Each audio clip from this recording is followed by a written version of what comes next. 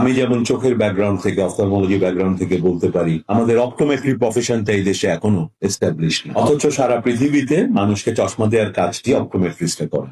পাশাপাশি primary I কেয়ারে তাদের বিরাট ভূমিকা রাখার সুযোগ রয়েছে, এবং সেটা নেই বলেই আজকে বাংলাদেশে গ্রামে গঞ্জে স্কুলের ছাত্র থেকে শুরু করে কর্মক্ষম মানুষদের, বয়সীদের একটা বিশাল অংশ সামান্য একটা চশমার অভাব তিনি কিন্তু চোখে সঠিকভাবে দেখছেন না। এবং এই ধরনের রিসার্চ স্টাডি হয়েছে যে একটা $1 চশমা, যে রিডিং গ্লাস, যারা প্রোডাক্টিভ এজ গ্রুপে থাকেন, বিশেষ করে 40-50 বয়সী মানুষরা, এই একটা $1 গ্লাসের অভাবে তার প্রোডাক্টিভিটি কমে যায়, তার আর্নিং ক্যাপাসিটি কমে যায়।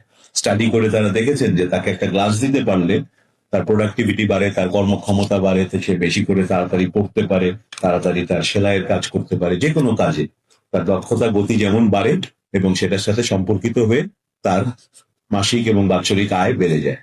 তো এইরকম একটা কস্ট এফেক্টিভ ইন্টারভেনশন, আমরা সেটা নিয়ে কথা বলছি না যে বাংলাদেশের মানুষের রিফ্র্যাক্টিভ এরর, সিম্পল জিনিস, লক্ষ লক্ষ মানুষ এটার দ্বারা আক্রান্ত, এবং একটা সিম্পল সলিউশন, একজন লোক যিনি, ইভেন ডাক্তারও প্রয়োজন হয় না। আপনারা বিদেশে দেখেছেন যে সুপার মার্কেটের কোনায় একটা জায়গায় রিডিং গ্লাস গুলো রাখা থাকে, মানুষ হাতে নিয়ে কাগজের দিকে তাকিয়ে যেটা তার অ্যাডজাস্ট করে সে অনুযায়ী নিয়ে নিই। আমরা যেটা বলি যে এই চশমার ব্যাপারটাকে ডিমেডিক্যালাইজ করা দরকার। এটা কোনো মেডিকেল এর বিষয়, এটা অলমোস্ট একটা কমন সেন্সের বিষয়, এবং নাইস একটা সিম্পল সলিউশন। এটা আমাদের ছড়িয়ে দেওয়া উচিত মানুষের ভেতরে, এবং আমাদের পাশাপাশি অপটোমেট্রির মতো প্রফেশনকে রেকগনাইজ এবং ইনকর্পোরেট করা দরকার আমাদের সিস্টেম।